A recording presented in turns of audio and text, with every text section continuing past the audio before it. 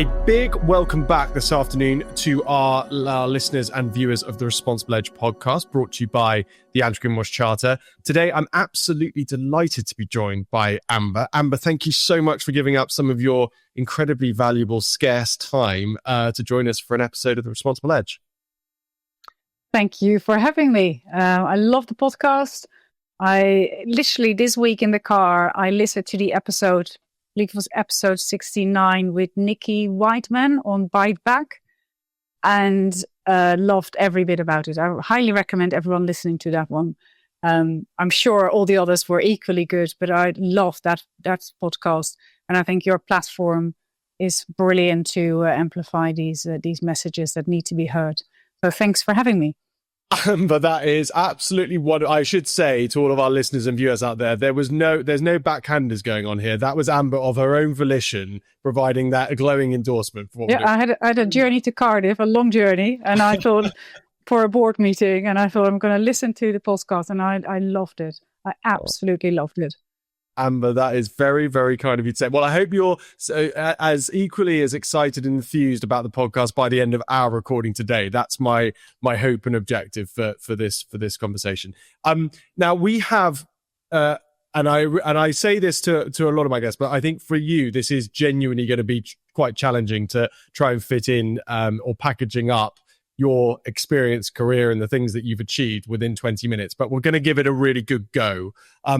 Amber, I'd love you to start wherever you like. It can be, really back to those kind of formative experiences, in childhood and, education, or perhaps at the beginning of your career. Start wherever you like, but just give our listeners and viewers a flavor as to you and your background. Cool. Yeah, where to start? Well, everyone can hear I've got a Dutch accent. So maybe I give a bit of background on where that come from. So I was born in Holland. My parents are both Dutch, but we have a mixture of like 7 nationalities in the bloodline. So always been quite an entrepreneurial family. My grandfather, for example, he set up shoe factories in Indonesia and in Baghdad. So my mum lived as an expat girl almost everywhere in the world. Which meant that we had exotic food at home because she always loved the taste of all these different cultures and also quite a wide perspective on different cultures and life. My parents came from Leiden and Amsterdam, and in the 70s they thought it was a good idea to move to the countryside and have one of those small houses with a thatched roof near a windmill and a dike. And with a vegetable garden and living the kind of arty, rural, intellectual life, which was brilliant. So the first 10 years of my life, it couldn't be more Dutch. It's like the pictures that you see in these paintings. I was just going to say, Amber, that you've literally been describing my very, very kind of limited but clear picture, if you like, of everything I'd consider Dutch. But sorry, carry on. It was perfect. It was fascinating. So my school was incredibly small.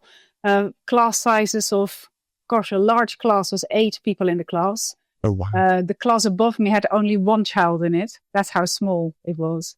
So everyone in my class had blue eyes and blonde hair and was either called Esther or Maria. The girls. And so I felt almost a bit foreign with my dark hair and dark eyes. It was incredibly liberating to grow up somewhere where you can cycle on your own to school, where you have all these lovely families and very safe environment.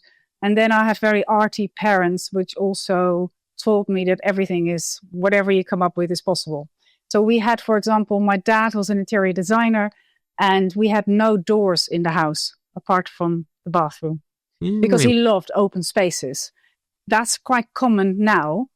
But back in the days, in the early 70s, that was new. So we had these slate floors and open spaces. And I was allowed to make chalk drawings like you do outside normally.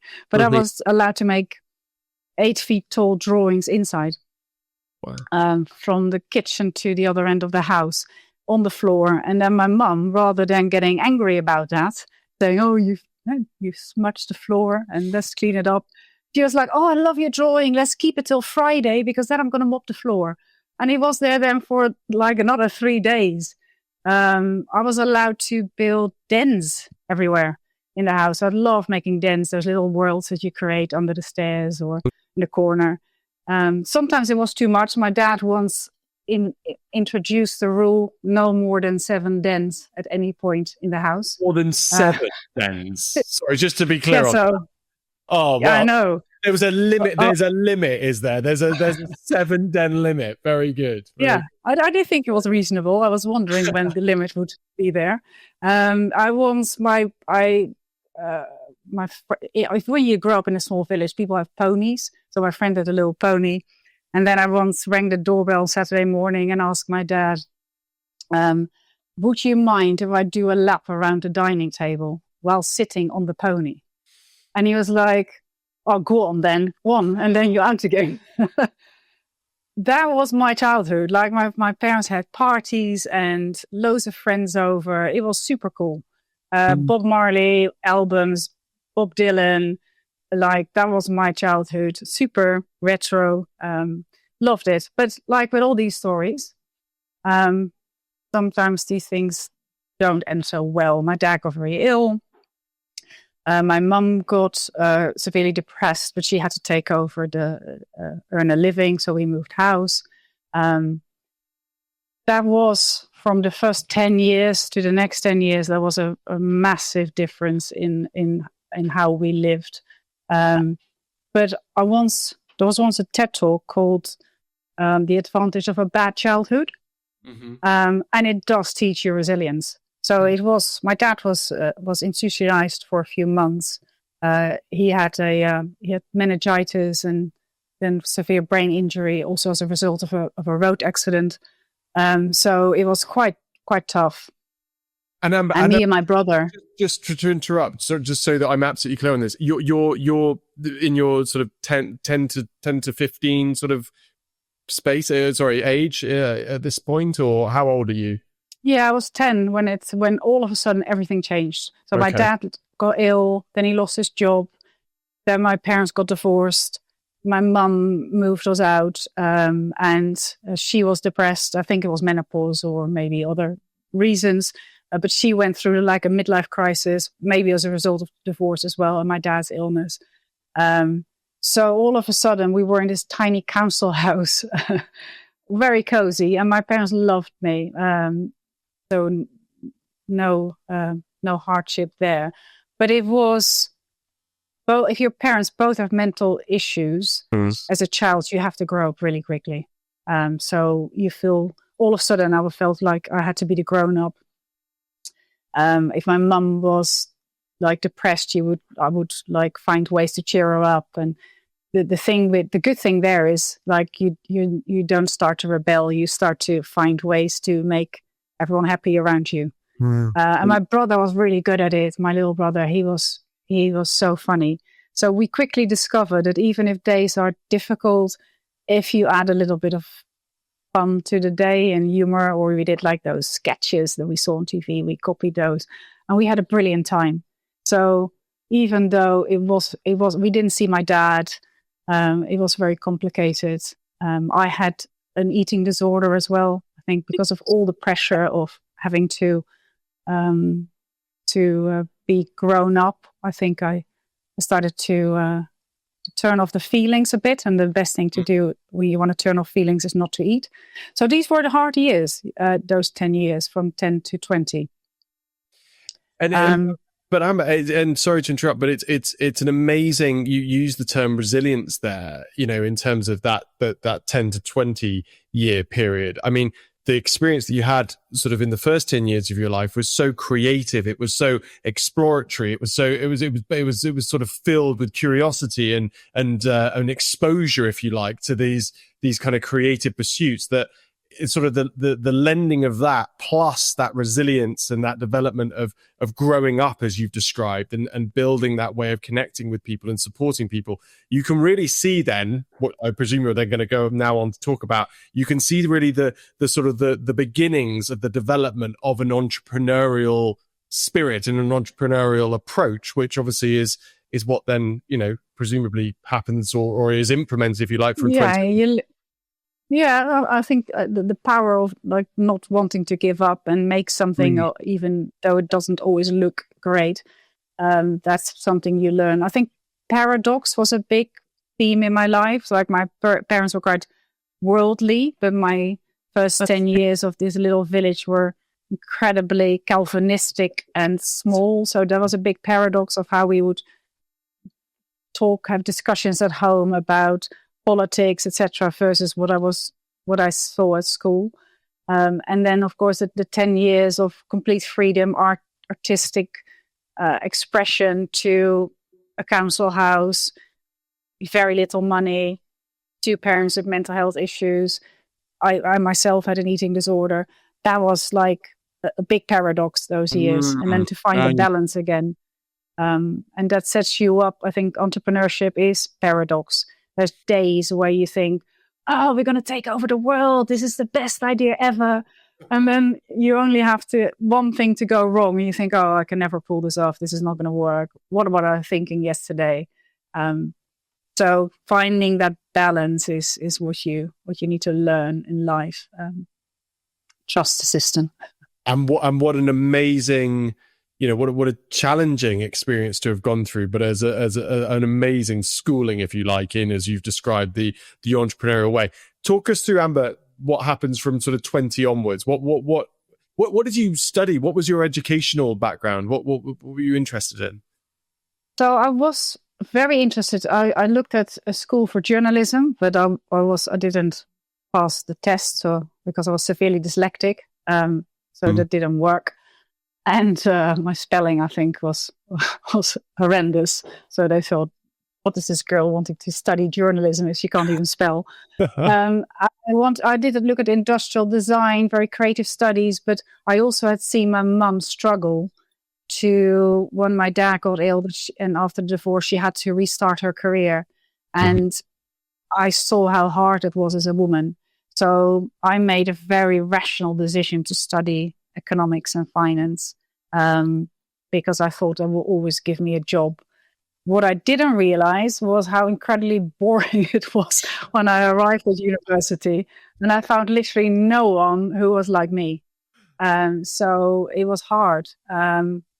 I did pull out of university after a few years, and then later picked it up and did like an open university to finish my finance degree.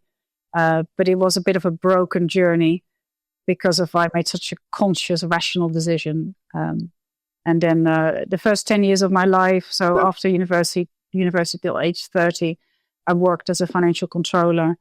I did lots of budgeting and account management, incredibly dull. But it was a good base.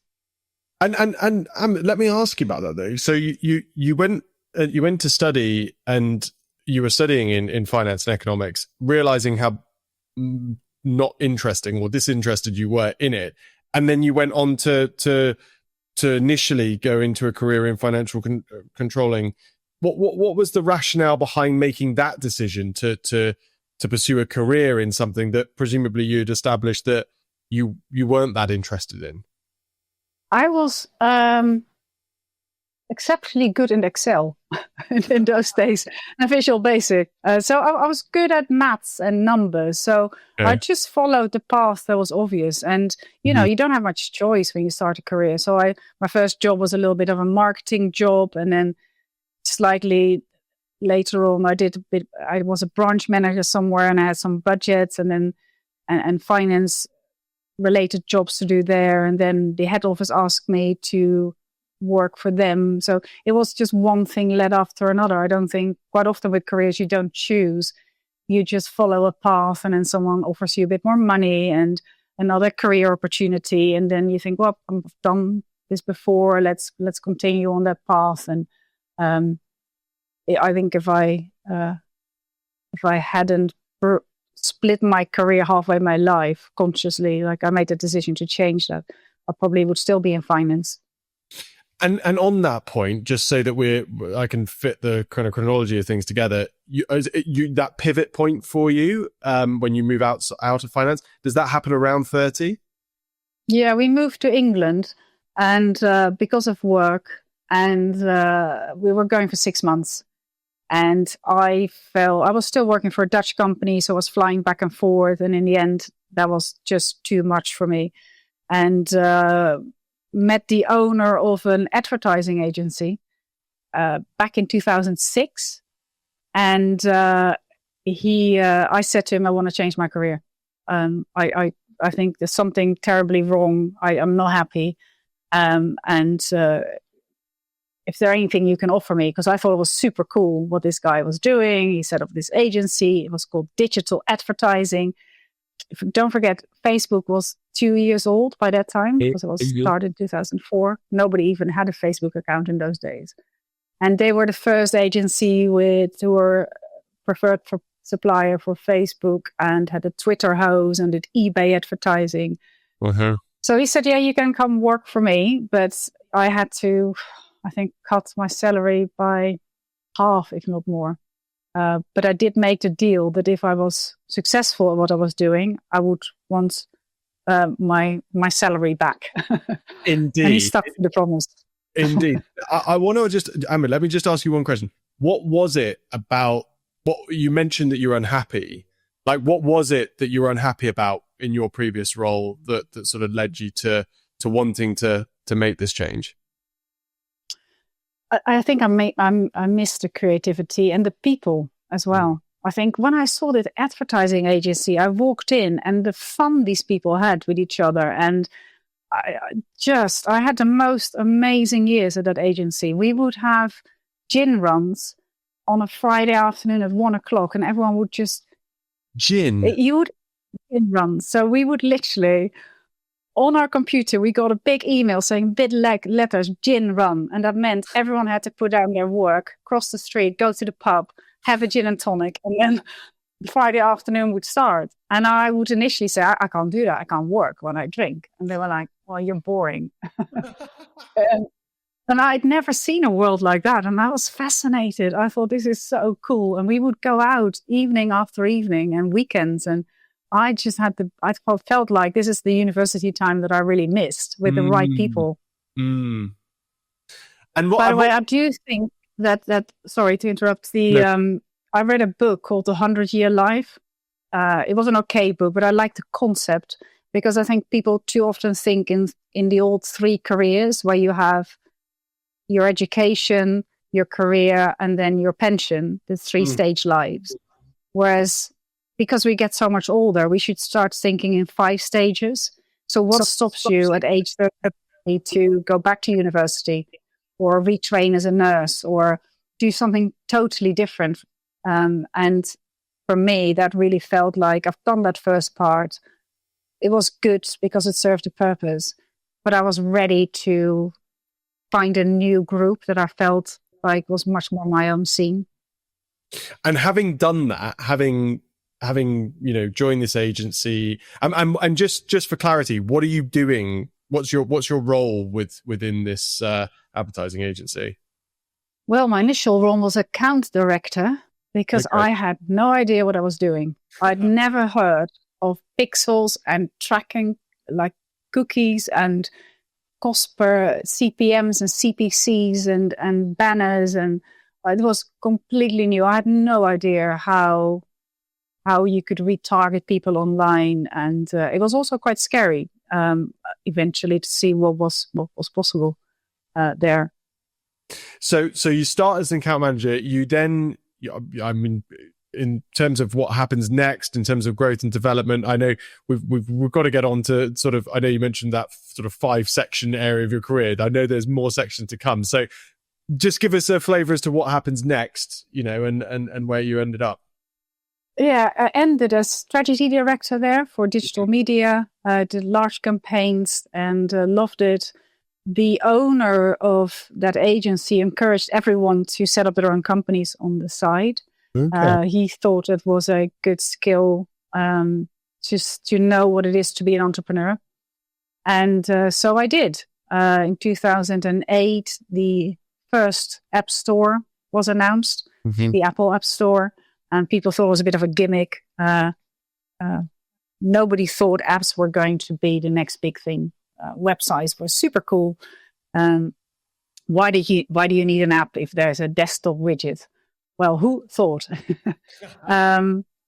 I set up the first company with a few friends, just on the side in the evening. And my lesson there was don't work with friends. It was a valuable lesson. But it was successful. And I was the other day, I did some volunteering work for the King's Trust or the Princess Trust before.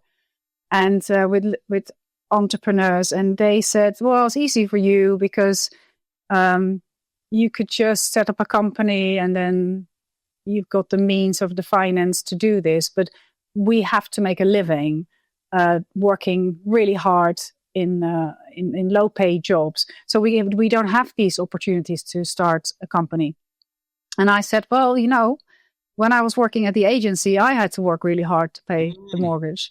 But every day on the train back from Camden or Kentish Town, all the way down to the south of London where I lived, I would work on this app. I would write the content, I would create it, and then I would come home, have dinner, and then do another few hours. So I always say, if you really want to set up a company, all you need to do is one thing, and that is stop watching TV. Don't watch Netflix. Because the time you waste on watching all these series is incredible. And there's so much you can do. And I'm not saying don't ever watch TV, but just, I don't know, just do Saturdays and Wednesdays and spend the other evenings writing a book or setting up a YouTube channel or whatever you want to do. You only need a few hours a day to set up a company initially. Here, Amber. I think that's an incredible. We're going to tease out lots of great messages, I think, within this show. But I think that's I can just see the headline now. Turn off the TV. I think you're spot on. Out of interest, do you? I mean, you mentioned the Princess Trust, the King's Trust that you've been doing some work with. Do you get a sense that like the awareness of what's required from an entrepreneurial perspective is in some way kind of? Do you think we're sort of fearful of hard work? Do you think that we've got to a point where people are just a bit softer these days and not prepared to put in the hard yards? Or am I providing massive generalizations here that don't really hold true? I think I was just listening to another podcast with Daniel Priestley, and which I shouldn't promote here. I love Daniel. And I think he summarizes really well. He said, we don't educate to create entrepreneurs. So what we're currently teaching in schools, these jobs won't exist anymore. So we're getting them ready for jobs that don't exist. And then we're getting people even in debt to go to universities for jobs that don't exist. So one of the bigger, a lot of the entrepreneurs make their money on YouTube nowadays. But there's no class at school that says this is how you set up these channels and this is what you shouldn't do or should do. Online selling of businesses. Everyone can set up a business. You can put a Spotify plug-in and off you go. But nobody knows how to start. Why are we not teaching our children that? Why are we teaching them roles that won't exist in the future anymore? So I think it's easier than ever for anyone to set up a company from your bedroom. But we don't teach that. And it's one of those things that as soon as you've observed that, Amber, and as soon as you share that, it becomes so stark and so clear that you're absolutely right. I want to take you back to you there, and we've done the brilliant thing as well, Amber. I hope you're okay to stick around for a bit longer because we've obliterated our normal timings on talking about you. But I'm keen to give our listeners a flavor as to the rest of all the next steps, if you like, in your career from that first app that you developed in 2008 through to where you are now. Just give us a bit of a nutshell and a bit of a summary of kind of what happens next. First of all, it's never the first company, quite very rarely the first company that's successful. Mm-hmm. So the company I end up exiting to Philips was the third company I set up, the third app company I set up. Mm-hmm. But the first one was also a pregnancy app. Mm-hmm. And everyone said, oh, were you then pregnant at the time, or like why that app? It was simply because I was looking for an evergreen model. that I could compete in a market that I could compete in. So I looked online. There was a link on a website with the most profitable desktop widgets. So in the old days, on your desktop, you had little widgets like a weather widget, but also games like Mario or whatever, Hangman. And people would pay for those widgets. So it was like a first example of apps that would live on desktops. So there was loads of downloads, but there was also a list of the most profitable ones. And number 1 was indeed a weather app or weather widget. And number 2 was Super Mario. And number 7 was a pregnancy widget. And I thought, why is that ranking so high in terms of profitability? Mm-hmm. And then I thought, of course, all these women, there's a life-changing experience and they're happy to part with $4 or $5 because they're so excited. My sister's a gynecologist, my brother's a psychiatrist, so we're quite a medical family. So I thought, maybe that's a good market because it's not a game. It's not so competitive. Mm-hmm. It's evergreen. There's always pregnant women, no matter where you have an economic upturn or downturn. And it's not that competitive in the sense, and it's health, and I'd love to give something back. So we started that, and it was successful. And then parted with the friends because it didn't work working with friends. So I set up another company that was 2-3 times as big as the first one because you learn from your initial mistakes. Mm-hmm. And the good thing with tech is lovely to start over again with a new stack, a new clean data, clean whatever. I also figured out the algorithm of the store. So I found a flaw that the algorithm did not spot emojis. So my app was called something like pregnancy tracker and then a smiley. And because the keyword pregnancy tracker as a name wasn't available, but if I added a smiley after it, it was available. Oh. And the algorithm didn't know what to do with a smiley, so it would cut it off, and then I would have a hard keyword match on that name. So that was quite an interesting finding. And then I read a book that basically said, did you know that you could sell companies and how that worked? And it talks about the due diligence process. And then I thought, oops, I haven't done any of that, like log any of the paperwork or IPs or whatever you. So I thought, okay, let's put this company aside and do it one more time from scratch. And I literally from day one did everything right and I packaged it up almost for sale. I knew I was going to sell the company one day. So I thought, let's just put everything in folders that if we ever have this due diligence, that it's all clean and well. So the app was called Pregnancy Plus, and this was before Disney Plus and Fitness Plus and whatever. There's loads of those plus now in tech. But in those days, nobody did that because the plus sign was used for Google to attach keywords. Mm-hmm. So if you would do a Google search, you had the plus sign symbol in the middle. So to put that at the end of a name was really confusing for SEO, for Google search, because you couldn't be found on the web. But in the App Store, it was brilliant because, again, the plus wasn't seen, because that's what I figured out from emojis, by Apple either or Google. So my app was pregnancy. Oh. So it was a hard keyword word. So we ranked in the top 5 straight away. Oh. And the company name was called Health and Parenting. So Health ampersand Parenting. That's not a cool company name. If you want a cool company name, you call it the Bump or the Nest or whatever, if you have a pregnancy app.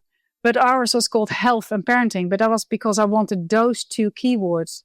So because if you're Nike, people look for Nike as a keyword, and then your Nike app will rank high. So your brand name also was part of the algorithm.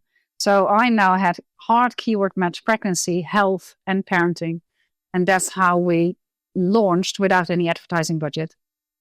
Because I didn't have it, because I didn't do the VC route, because I didn't know that existed. And bootstrapped from the very outset, and were able to do so off the basis of an understanding of the technicalities of how these search algorithms work. absolute genius, Amber. You must, when you saw that work, and you saw yourself ranking so highly so quickly, you must have just felt that must have been an amazing moment. Oh yeah, loved it. Yeah. All of a sudden, all the maths and Excel and like analytics came of use because I just figured out this algorithm and how to make the most of it. Because if you want to rank, seriously, if you want to rank in that space of health and fitness, number one in the US, you need about 5,000 downloads a day, just in the US. Wow. And 5,000 downloads a day will cost you about $5,000 a day in advertising spend. Well, times 365, that's a lot of money. Times that for another 50 countries and is tens of millions a year. And we didn't have that. So I needed something to solve that. So we immediately started ranking high. That helps you only for the first few weeks. And then the algorithm also starts to look at retention. Do actually users use it? How do they rate the app? Will they recommend it to other people? So you do need to build an excellent product for it to stay at that level. But it helped me rank and get the visibility I needed to start.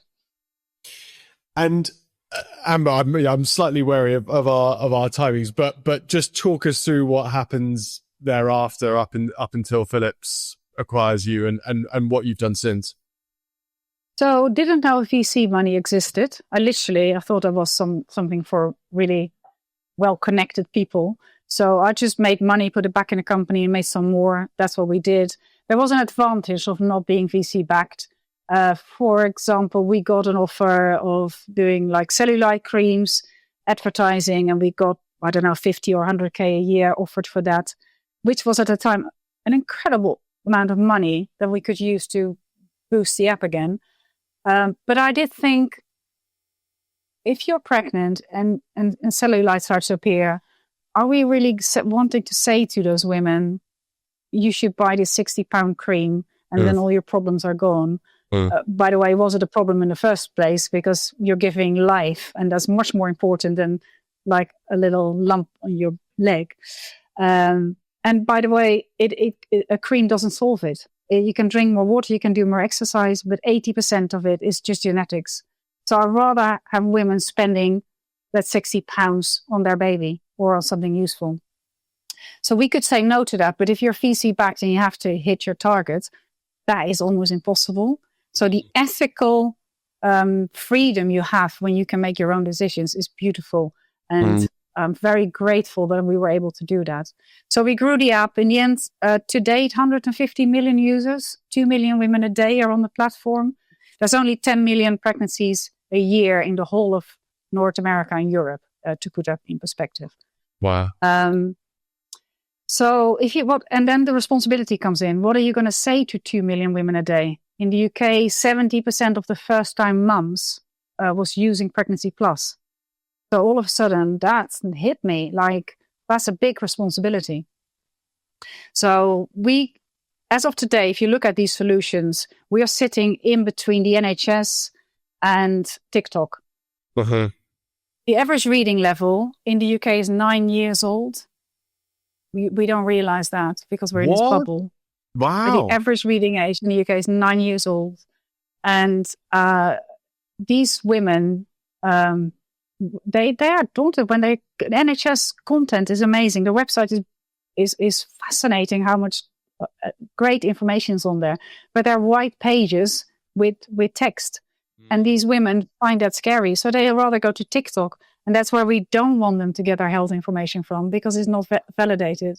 So we make platforms that sit in the middle because the taxpayer doesn't want to have TikTok feeds on the NHS website.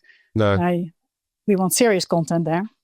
So we make these platforms in between. So we have really engaging content, very visual, lots of content that's not that important, but they still want to know about it. So things like, can I paint my nails while I'm pregnant? Can I have a tattoo? What's this dark line appearing on my belly? Or what if my mother-in-law doesn't like my baby name? These articles, they consume them. That's why they come back every day. Mm-hmm. But then every 7 or 8 articles, a serious one, on gestational diabetes, preeclampsia, pregnancy and depression, how to finance your baby. So they will consume the serious content amongst the fun content. So it's not rocket science what we do. But if you say to 2 million women a day, please don't drink any alcohol while you're pregnant, that's a lot more healthy babies. So it's basic education. And it's accessible. And what you described is making those stories, making those insights, if you like, accessible to women, which I think is amazing, Amber. I am wary of time. Talk me through what you're doing with 28X and all the brilliant sort of work that you're putting into that. So I exited the company, sold to Philips. I was going to retire and play tennis and look after the kids and do some non-exec roles, and which I did, and I love them, and consultancy work. And then I read a book that basically said that I should do something with my talent. The book was called Moral Ambition. Mm-hmm. And so I thought, let's do one more company, one more. And something to give something back, because I think as a second-time founder, you want to look back on your life later and say, I'm really proud of what I've built, mm-hmm. not about all the wealth you've accumulated, because you can't take it with you anyway. So I thought, what can I do that can make an impact? Well, I'm really good at women's health apps, so let's stay in that space for a bit. So what we try to do is make a new version of the current period trackers out there. So pregnancy is huge. As I said, we got over to 150 million women to date. Period is 10 times bigger. There's 10 times more women tracking their periods using an app than that for pregnancy. However, that space is heavily dominated by VC-backed companies. Most of those companies are run by male men on the cap table, and I love men. But I think a women's health app should be run by a woman. So then there's one of the bigger apps also have a class action lawsuit in Canada for sharing data on women's sex lives. They were fined by the Federal Trade Commissioner. They make allegedly 200-300 million revenue a year from one app, one period tracker, and nothing gets given back to women. So they have a space in this world, and I think lots of people enjoy these apps, but they are based on subscriptions, and I think these are outdated business models, because mm-hmm. it's all great for the people who can afford it, but what about the 80% of women that can't afford a $60-$70 subscription? And these apps all say, oh, the future of health is amazing because there's AI and there's we can connect to devices. We got Aura rings and watch trackers. But that's for us, a layer of society that can afford a $600 Aura ring, or maybe they're even more expensive. And then people say, well, but there's employer models, so it's free for everyone. But it isn't, because these employer apps that women get given, that's when you work for Google. Or for another big corporation. When you're the cleaning lady at the local coffee shop, there is no free app for you. So I'd like to make an app for the 80% of society that gets forgotten. And we're going to do that quite radical, because I'm going to fund it myself, because then I can have the freedom to make ethical decisions. We will have a few, I'm just currently doing a very small round. I only want to do one round, for some high net worth individuals that want to join this, who are going to make a pledge as well to donate future profits partly back to women, because I think that's a good thing to do. But what we're going to do different this time is we're going to not collect any data. So we grew up in a world where everyone says data is money. But I think data is also a hassle and a security risk. Mm-hmm. And we should give women the power back of their own data. So we don't physically own any cloud servers. We created a complete new backend where everything is done through on-device AI, which is fascinating. It's a tiny language model on device. And none of your data gets by default stored on a cloud server. You can choose to back up to Google Drive or iCloud, but you don't have to. You can choose to donate your data to a research facility, but that's your decision to send that data there. You can connect your data to your GP with one click, but not by default on our server. So we are super compliant, super safe. And after Roe versus Wade in the US and the recent changes there, I think it's important that we have these solutions for women where they control their data and can't be exploited because of their data. Amber, it's absolutely fascinating. And I have to say, and in fact, let me ask you, I've just got one curious question, which might be a very silly question to ask, but why 28X? We needed a name that could work in 100 countries. So I needed a name that didn't need translating. So 28 is your average day of your period, and X is the female chromosome. And it's also a butterfly that we use in the app. But it's a universal name. And I'm probably going to make, for my investors, 28X time their money back. That's my goal. But however, that's also really important. I'm not structuring for exit. So we are living in this world where data is really important, and the next thing is exits. So people constantly build these beautiful companies, create these roles and jobs in the UK and Europe, and then we sell to the US. Or what happened to these companies that you pass on to your children? So we'd like to pay out dividends, but we don't want to exit the company, because if I exit it, I sell it to another commercial company, which will exploit women. So we'd like to keep this with a very small group and do the right thing. So investors in our company, I'm going to invite them I'm happy to pay 5X back, and they can buy it like a present for whoever, or some nice outfits or a car or whatever they want to do with it. But after that, the dividends after that 5X, I'd like them to pledge to back another female founder, or invest in a climate company, or do something good with it. And then we'll list on the website anonymously what good the funds of our company have done to fuel other good companies. Amber, so I think that's going to be fun.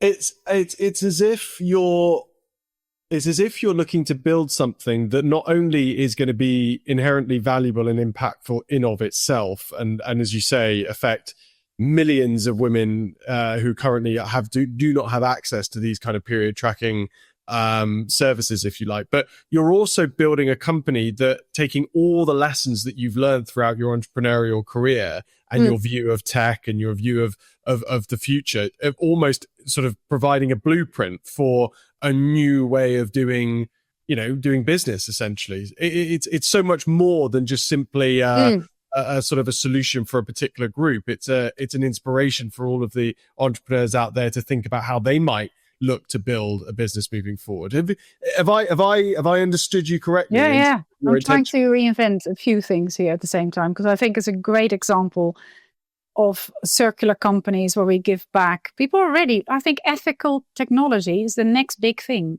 People are fed up of just a few individuals making tons of money. They're looking for examples that are inspirational, that are fun, that is a group of people working together, trying to do the right thing. And we don't have enough of those examples. Also not for our new generation. There is not those examples of people that are actually saying, I think we can do better. So we have no data collection, completely free to use, free at the point of use.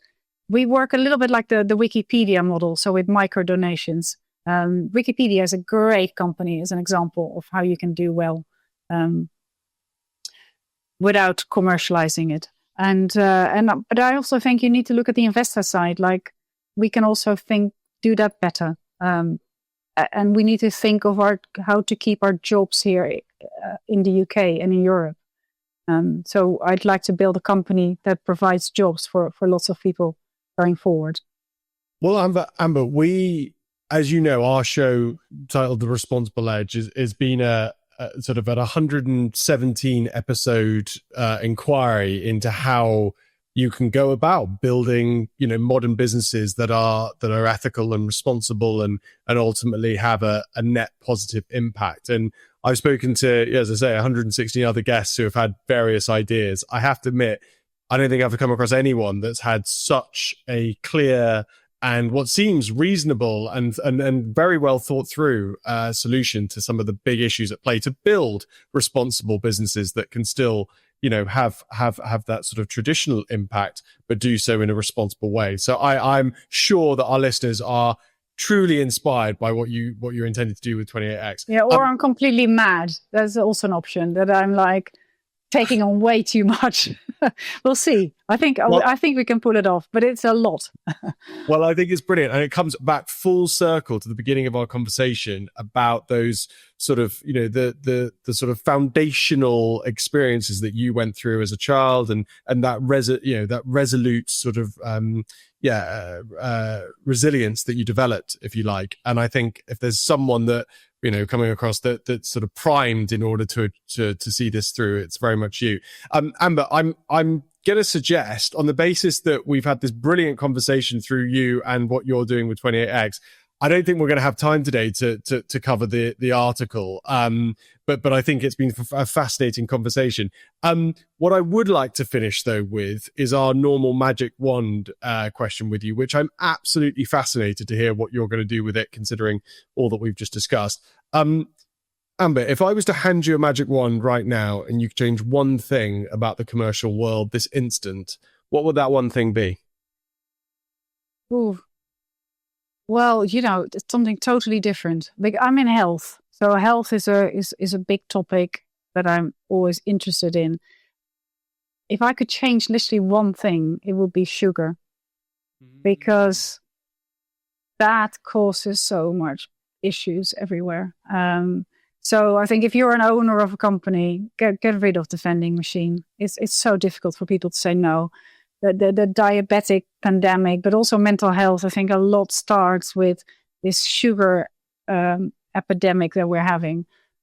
We were trying to invent all these brilliant solutions to help GPs and to have AI bots and whatever medicine, but we don't think about what causes all these issues.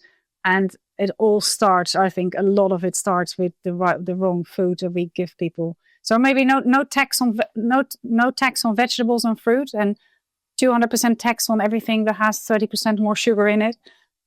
Something magic wand like that to make it easy for people to make those decisions. But I think it's an absolutely sensational use of the magic wand. I have to admit, my partner Vic, she works at Riverford Organic, the organic food box people, and she was telling me about a piece of research that I think came out this week that was looking at the potential NHS reduction, if you like, in spend that would be required if changes in diet were implemented, and actually how much it would cost in the UK for us to get to a point where everybody was eating a healthy diet. And I think there's like £100 billion saving before you even start thinking about the kind of productivity impact, if you like, of having a population that was healthy and feeling good about themselves and ultimately, eating well. So I think it's a brilliant suggestion. There's clearly a volume of data to suggest that would be a brilliant thing to see happen. So love that, Amber. Amber, thank you so much. And I've got one request, because this is a massive one. We're trying to build the biggest women's health app in the world. 100 million women a month is a target in 5 years. Because if I'm not the biggest, I won't be able to change the status quo that's currently there. So anyone listening that says, love to be part of this, whatever, I know, donate an hour of your skill to this, or you want to be part of the founding member team, or anything that is going to help build this, just drop me a message on LinkedIn, and I'd love for other people to step in and say, let's do this together. Let's show the world we can build this. And it will be a great export product as well for the UK. Hear, Amber. I give out hears for guests that say things that I think are absolutely spot on. And I think we would throw our backing here at The Responsible Edge into 28X. We will obviously provide links to your LinkedIn, to 28X's materials, etc., and do as much as we possibly can to sort of shed a light on the brilliant work that you're doing. But Amber, follow on LinkedIn. follow on LinkedIn and do. But that was absolutely inspirational. I really do mean it. And perhaps we'll get you back on for another show where we can dissect and divulge a particular article. But for the time today, that was brilliant. Thank you for your time. Thank you, Charlie, for having me. Really appreciate it. And that's it for today's episode of the Responsible Edge podcast. A massive, massive thank you to Amber Vodegel, Exited founder, AI strategist, and champion of women's health, for joining me for the show. Today, we were supposed to have a conversation about the Financial Times article, Turning Dreams into Reality. But in all honesty, we didn't even get to it. We just talked extensively about Amber's fantastic career, the impact of the work that she's done in women's health. And in particular, we drew attention to her new venture, 28X, which is going to be well worth checking out. Amber is an absolute rock star and a real inspiration to all entrepreneurs out there. And I'd say in particular, any of the women that are listening into the show. As a reminder, this episode was brought to you by the Anti-Greenwash Charter, championing responsible sustainability communications. Visit antigreenwashcharter.com to learn more. I'm Charlie Martin. Thanks for listening. And don't forget to subscribe, share, and leave us a review. See you next time.